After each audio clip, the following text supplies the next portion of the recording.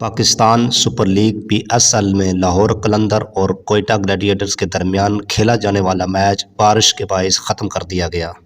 Gaddafi stadium Lahore میں P S L کے 21ویں match میں کوئٹہ گلیڈیٹرز نے ٹاس جیت کر لاہور قلندر کو پہلے بیٹنگ کرنے کی دعوت دی۔ لاہور قلندر نے بیٹنگ کرتے ہوئے 11.3 اوورز میں 3 وکٹوں کے نقصان پر 111 رنز بنائے تھے۔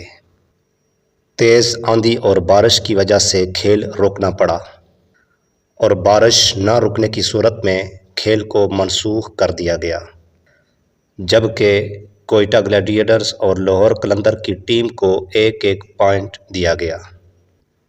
دونوں ٹیموں کو 1-1 پوائنٹ ملنے کی وجہ سے لاہور قلندر دوسرے نمبر پر موجود ہے اور جبکہ Quetta gladiators P S L میں تیسرے نمبر پر موجود ہے۔